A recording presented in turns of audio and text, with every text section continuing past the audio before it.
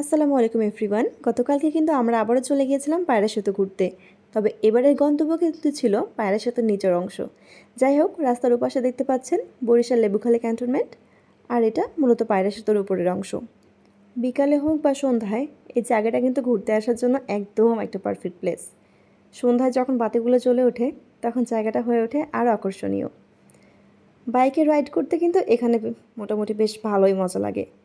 ব্রিজের এপাশে বরিশাল আর ওপাশে পটুয়াখালী। তবে বরিশাল থেকে পটুয়াখালীতে আপনাকে যেতে হলে অবশ্যই পায়রা সেতুতে একটা ছোট্ট টোল দিয়ে তারপরে যেতে হবে। এটাই মূলত সেই টোল প্লাজা। তবে এখানে আমরা কিন্তু টোল দেইনি। যাই হোক, আমরা সেতুটা পার হয়ে চলে আসলাম পটুয়াখালীর একটা স্পটে। এটা মূলত পটুয়াখালীর শুরুর অংশ আর কি, শুরুর বা শেষ যাই হোক। আমরা এখান থেকে একটা ইউ টার্ন নিয়ে আবার চলে যাব সেতুর নিচে। এইটা মূলত সেতুর নিচের অংশ। রাস্তাটা একটু গ্রামের, তারপরে সুন্দর।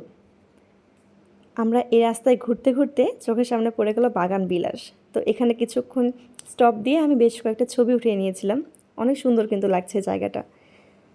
তো তারপরে আমরা কিছু ছবি নেওয়ার পর, এটা মূলত ব্রিজের নিচের মূল অংশ। এখানে বাচ্চাদের খেলার জন্য ছোট ছোট পার্কের মতো কিছু স্পট রয়েছে। আর বিকালে নাস্তার জন্য ফুচকা, চটপটি, হালিম এইসব কিছু আর কি। আমার মেয়ে এখান থেকে আইসক্রিম কিনেছে। একটু শিখে নেন ভিডিও থেকে যে কীভাবে আইসক্রিম খেতে হয়। মাশাল্লাহ, বাচ্চারা কিন্তু আসলেই অনেক কিউট হয়। তো সে আমাকে আইসক্রিম অফার করছিল।